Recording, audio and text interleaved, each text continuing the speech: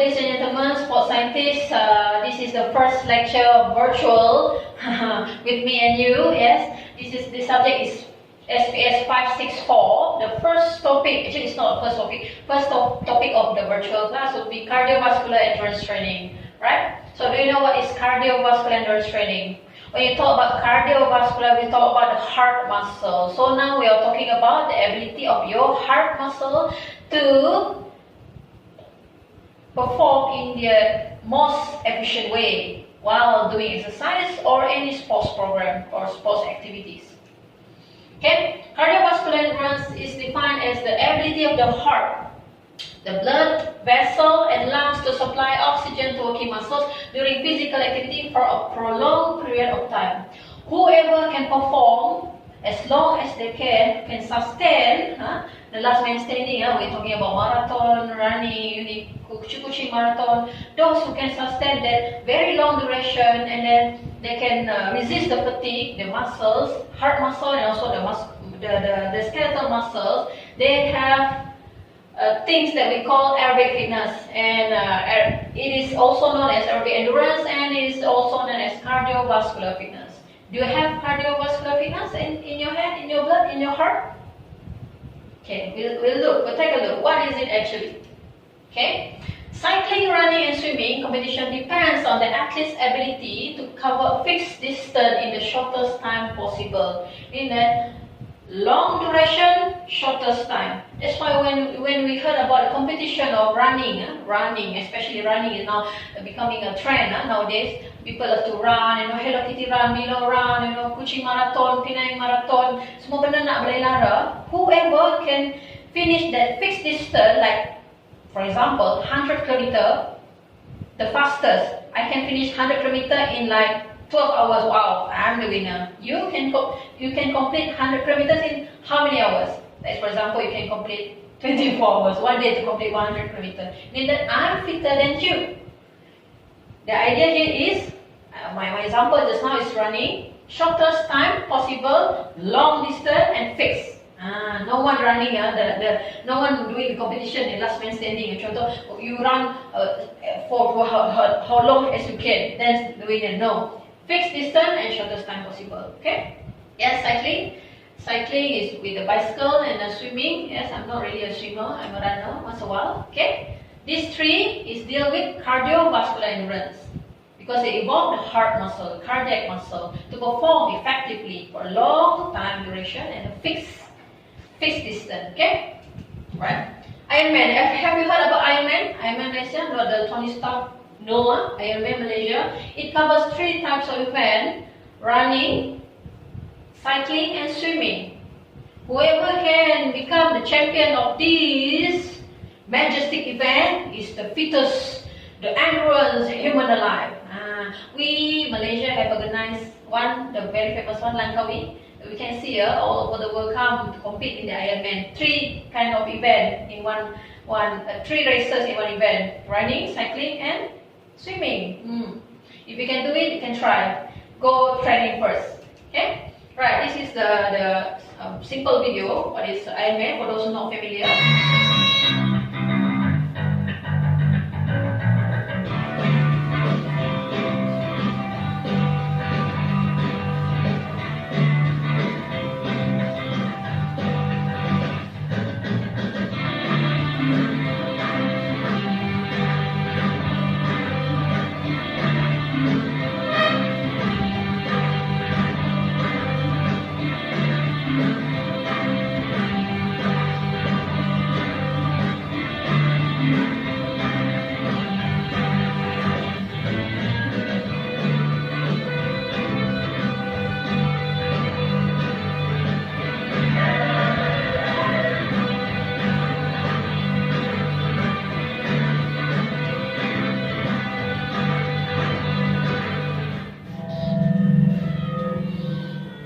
Triathlon. 3 events: running, cycling, swimming. Ironman. There are 3 factors related to aerobic endurance performance. In order for you or in order for your athletes to have a great cardiovascular endurance, these 3 factors we have to understand. As the trainers, as those who are going to coach the athletes to get themselves there at the highest cardiovascular endurance as possible as they can, we have to understand these three factors. Okay, the first one, exercise economy, maximal aerobic power, lactate threshold.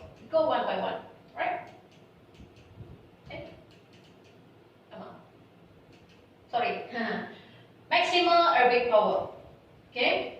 High maximal aerobic power, VO2 max, is necessary for success in aerobic endurance event by Morgan 1984. What it means by VO2 max is maximal oxygen consumption during an exercise. When the body is very efficient in utilizing the oxygen for the energy production and so whatever, meaning that your body or your system is very highly endurance. Okay? In training, we need to ensure that athletes can achieve the highest VO2 max. When the body is very poor at utilizing oxygen during exercise for energy production, the athlete is not fit yet. Cardio endurance, right? So this factor is very important. How do you do that? We're going to have another session, designing training program for the athletes, right? Cardiovascular endurance, maximal aerobic power, VO2 max. Second one is lactate threshold. Do you understand what is lactate threshold? Lactate threshold is the accumulation of blood lactate in a muscle and a sudden arise. Okay, right. In aerobic endurance event, the best competitor among athletes with similar VO2 max is typically the person who can sustain aerobic production at the highest percentage of his or her VO2 max without accumulating large amount of the lactic acid in the muscle and blood. Yeah. Two person, similar VO2 max, very effective in utilizing the oxygen. Person A and person B. But the one that indicate who are the fittest in cardiovascular is who can sustain the aerobic production at the highest percentage without accumulating the lactic acid in the muscle and blood. If lactic acid and in the muscle and blood is highly pooling, and it makes the body cannot contract at its best.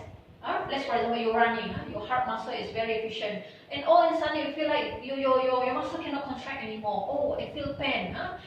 The heart muscle is still there, but the muscles cannot, the skeletal muscles cannot run. Meaning that your muscle is accumulating a large amount of lactic acid. It prevents the further contraction of that muscle. We're talking about science here. Okay, when the lactic acid is highly accumulated in that skeletal muscle during the activities or intensity of exercise, it's slowly making the exercise or the activities stop or slower, and even worse, it stop and we cannot perform the endurance anymore. Who can sustain without accumulating large amount? VO2 max the same, but siapa yang dapat hit later, the blood lactate appear later. Okay, we try to illustrate in this way. Lactate threshold. This is the graph. This is the blood lactate in the blood in the muscle. Okay, mmol, and then this is the time of work rate.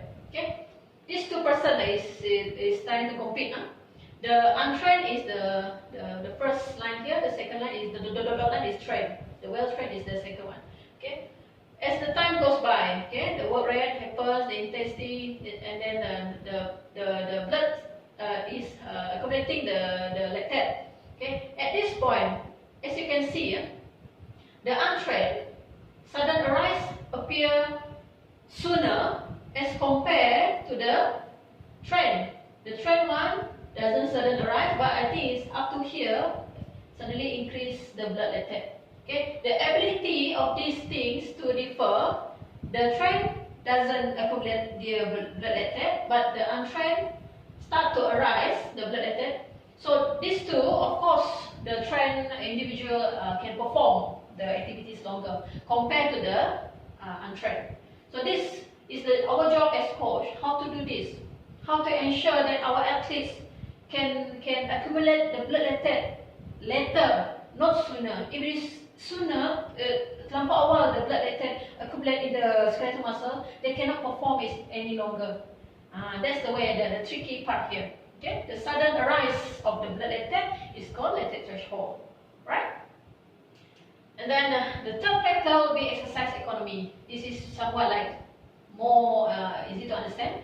Athletes with a high exercise economy expend less energy during exercise to maintain a given exercise velocity. So we can see if for example I compete with you, I'm very fit than you. My energy I spend less, but we perform the same things, the same place, the same duration. But my energy I use is lesser than you. You will spend too much energy, you know that you are not fitter than me. It's easy like that. If you can see the situation if you're running, when you run, macam lambat pergi kelas, you run. You have to go to the third level. Then you run. Your friend sama-sama sampai with you, but those siapa yang cungak-cungak, you relax juga. Yeah. So you're fitter than them because you spend less energy compared to your friends.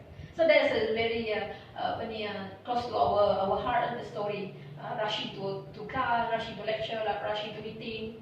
Okay, yang sampai bersama tu, we are belum tak keluar macam tu, right? Okay, so improvement in exercise economy, you spend less energy, can enhance maximal aerobic power and lactate threshold. So easy as that. Lactate threshold, the accumulation of blood lactate happens later. That's where we as coach have tried to do how to ensure that the blood lactate happens later compared to the untrained. It's too soon to accumulate fully in the muscles, and then we cannot contract anymore, we cannot perform the endurance activities anymore, right? So yes, sports scientists, ladies and gentlemen, do you know how to improve your athlete's cardiovascular fitness? How do you do that? It depends on many factors, but we as advanced conditioning specialists, we are designing training program in order to cater the needs of the athletes. If the athlete is cyclist, so what's the training program for them? If they are swimmer, if they are long distance runner, so this kind of these three of needs of the sports should be taking concern for us to design training program to improve or to build, to polish our cardiovascular endurance fitness. Right? Cardio is cardiac, and ada tiga serangkai kawan dia. Cardiovascular endurance involve heart muscle, blood vessel, and the lung. Those who less cungap-cungap, in that you are more fitter. Dari itu cungap-cungap tu banyak sangat oxygen depth, hutang oxygen. Bila they less fitter, it's very sad to hear someone less fitter than you by indicating a cungap-cungap. Right? So any question? So I hope you can understand us. It's very simple factors in contributing, affecting the cardiovascular endurance fitness. Alright, see you.